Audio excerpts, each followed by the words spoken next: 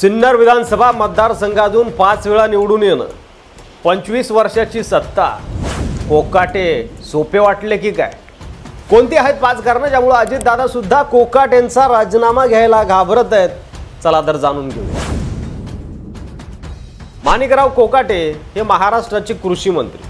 त्यांचा विधान परिषदेत ऑनलाईन रमी खेळत असतानाचा व्हिडिओ समोर आला। व्हिडिओ सभागृहातील प्रेक्षक गॅलरीतून घेतला गेला आणि तिथून तो रोहित पवारांपर्यंत पोहोचला असं बोललं जात आहे।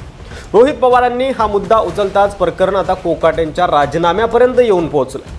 पण अजून राजीनामा झाला कसा नाही? अजित पवार राजीनामा घेत का नाहीयेत?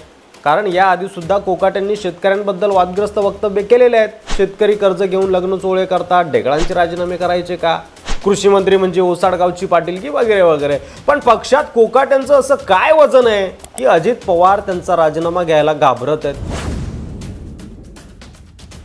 या साऱ्या प्रकारात खरा केंद्रबिंदू ठरतात ते रोहित पवार। त्यांनी सभागृहात हा मुद्दा उचलून धरल्यामुळेच कोकाटे अडचणीत आले। पण इथेच प्रश्न उपस्थित होतो, जर हा आरोप इतर कुणी केला असता तर कोकाटेंच्या राजीनाम्याची शक्यता जास्त होती का? अनेकांच्या मते रोहित पवारांनी आरोप केल्यामुळेच कोकाटे सावरले गेले। कारण जर त्यांच्यावर कारवाई झाली तर रोहित पवार मोठ्या ताकदीचे नेते म्हणून पुढे येतील आणि हेच अजित पवारांना खटकलं असावं। कारण नंबर 1, 5वं कारण ऐकून तर तुम्हाला धक्काच बसेल, लिहून देतो मी। कोकाटे यांचा स्वभाव मुळात बडबोला आहे। त्यांनी सरकार भिकारी आहे, शेतकरी कर्ज घेऊन लग्न सोहळे करतात, ढेकळांचे राजीनामे करायचे का, ओसाडगावची पाटील की असे अनेक वक्तव्य करून वाद ओढून घेतलेत। पण त्याच वेळी कृषी खात्यात त्यांनी पारदर्शक कामगिरी केली आहे असा सरकारी अधिकाऱ्यांचा दावा आहे। म्हणजेच वागणं अडचणीचं पण काम तक्रार विरहित, ही विरोधी प्रतिमा कोकाटेंची तयार झालेली आहे आणि त्यांच्या बडबोलेपणामुळे पक्षाची प्रतिमा धक्क्यात येते। पण अजूनपर्यंत त्यांच्यावर थेट भ्रष्टाचाराचा आरोप झालेला नाही आहे। दुसरं कारण ज्यामुळे अजितदादा थेट राजीनामा घेत नाहीये। कोकाटेंचा राजीनामा अद्याप झाला नाही यामागे स्पष्टपणे राजकीय गणित देखील दिसतं। शरद पवार सध्या पक्षाचं वजन वाढवण्यासाठी शशिकांत शिंदे यांना प्रदेशाध्यक्ष तर रोहित पवारांना सरचिटणीस करत आहेत। अशा वेळी जर कोकाटेंचा राजीनामा झाला तर रोहित पवार अधिक उंचावले जातील आणि त्यामुळेच अजित पवारांनी हा डाव ओळखून रोहित पवारांची मजल रोखण्याचा हा प्रयत्न केला असावा। कारण नंबर 3,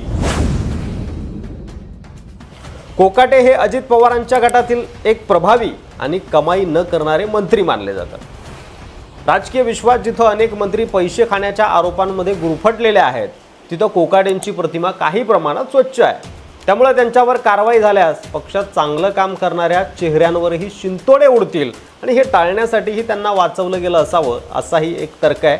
1995 साली सरकारी कोट्यातून बनावट कागदपत्रांवर फ्लॅट मिळवल्याचा त्यांच्यावर आरोप आहे। नाशिक कोर्टानं 2 वर्षाची शिक्षा त्यांना दिली, पण ती सध्या स्थगित आहे। हा एक अपवाद सोडला तर ते तसे स्वच्छ प्रतिमेचे नेते मानले जातात। आता अजित पवार यांचं माध्यमांपासून दूर राहणं आणि कोकाटेंना फक्त तोंडी समज देऊन थांबणं हे सांगतं की अजूनही त्यांना वाचवण्याचा प्रयत्न सुरू आहे। जर अजून एक मंत्री विशेषतः धनंजय मुंडे नंतर पायउतार झाला तर महायुती सरकारमधली दादांच्या राष्ट्रवादीची प्रतिमा आणखी ढासळू शकते। हे टाळण्यासाठी कोकाटेंच्या खात्यात फेरबदल होण्याची शक्यता आहे, पण त्यांना थेट हटवणं अजून तरी टळलेलं आहे। जर कोकाटेंना मंत्रिपदावरून बडतर्फ केलं तर त्यांचं अप्रत्यक्ष श्रेय रोहित पवार यांनाच जाईल। त्यांनी मुद्दा मांडला आणि सरकार हादरलं ही गोष्ट ठळकपणे नोंदवली गेली आणि त्यामुळं अजित पवारांनी रोहित पवारांच्या हातात राजकीय मुद्दा येऊ नये म्हणूनही कोकाटेंचा राजीनामा टाळला असावा, हेही एक कारण आहे। मात्र कोकाटेंबाबत निर्णय घेताना फडणवीसांचा सल्ला घेणं देखील महत्त्वाचं असणार आहे। भाजपचा आणि भाजप नेत्यांचा राजीनाम्यासाठी दबाव आहे आणि त्यामुळं कोकाटेंचं भवितव्य भाजपच्या मूडवर देखील अवलंबून असेल। या सगळ्या प्रकरणाचा गाभा असा की माणिकराव कोकाटे अजूनही मंत्रिपदावर आहेत आणि त्याचं कारण केवळ त्यांची कामगिरी नाही तर राजकीय गणित आहे। मात्र हा प्रश्न अजूनही उभाच आहे की एक सुसंस्कृत जबाबदार मंत्री म्हणून कोकाटे योग्य आहेत का? दादा कोकाटेंचा राजीनामा घेण्याची हिंमत करतील का आणि भाजपच्या दबावासमोर झुकतील का? कोकाटे जर स्वच्छ प्रतिमेचे नेते आहेत तर मग त्यांची संपत्ती किती आहे, किती पटीनं वाढली आहे ते देखील पुढच्या व्हिडिओमध्ये बघणार आहोत। त्यासाठी मराठी मंडळीवर नवीन असाल, अद्याप सबस्क्राइब केलं नसेल तर लगेच सबस्क्राइब करा आणि कोकाटेंबद्दल तुमचं मत सुद्धा कमेंट करायला विसरू नका। पुन्हा भेटू पुढच्या व्हिडिओमध्ये, तोपर्यंत रजा घेतो। धन्यवाद। जय महाराष्ट्र।